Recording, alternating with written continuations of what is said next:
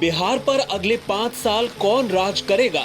इस सवाल के साथ सुबह 8 बजे शुरू हुई मतगणना की तस्वीर साफ होते होते देर रात हो गई और आखिरकार आंकड़े एनडीए के पक्ष में जाकर ठहरे।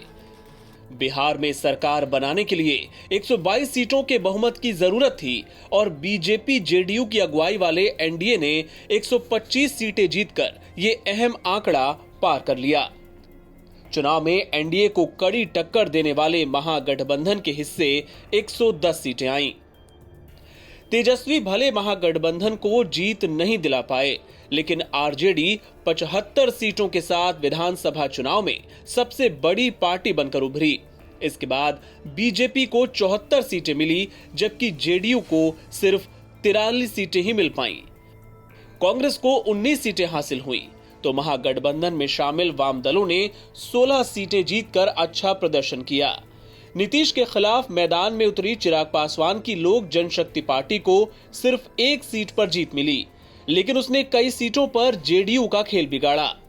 एनडीए में शामिल वीआईपी और हम को 4-4 सीटें मिली, वहीं 1 सीट निर्दलीय के खाते में गई है। लेकिन इस चुनाव में सबसे ज्यादा चौंकाया सांसद असदुद्दीन ओवैसी की पार्टी ऑल इंडिया मजलिसे इत्तेहादुल मुस्लिमीन ने, जिसने बढ़िया प्रदर्शन करते हुए 5 सीटों पर जीत दर्ज की। उसकी सहयोगी बहुजन समाज पार्टी ने भी 1 सीट जीती है।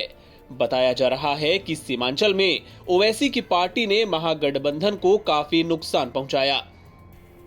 काउंटिंग के आखिरी दौर में आरजेडी और कांग्रेस ने मतगणना में धांधली का आरोप भी लगाया और आरजेडी सांसद मनोज झा और कांग्रेस सांसद अखिलेश सिंह के नेतृत्व में एक डेलीगेशन मतगणना में धांधली की शिकायत लेकर चुनाव आयोग पहुंचा। इन नेताओं ने आयोग के सामने दर्जन भर सीटों पर गड़बड़ी करने की बात आयोग के सामने रखी। मेरा ये भी कहना है कि अभी सुना है कि तमाम भाजपा जदयू के लोग सीएम के आवास पर बैठे हुए हैं।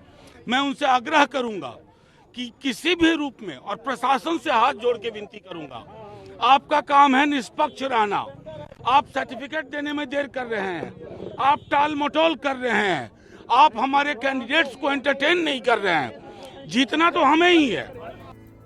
हालांकि आयोग ने अपनी प्रेस कॉन्फ्रेंस में साफ कहा कि वो किसी के साथ पक्षपात नहीं कर रहा।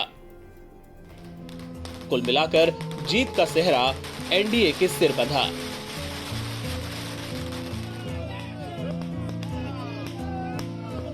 एनबीटी ऑनलाइन की रिपोर्ट।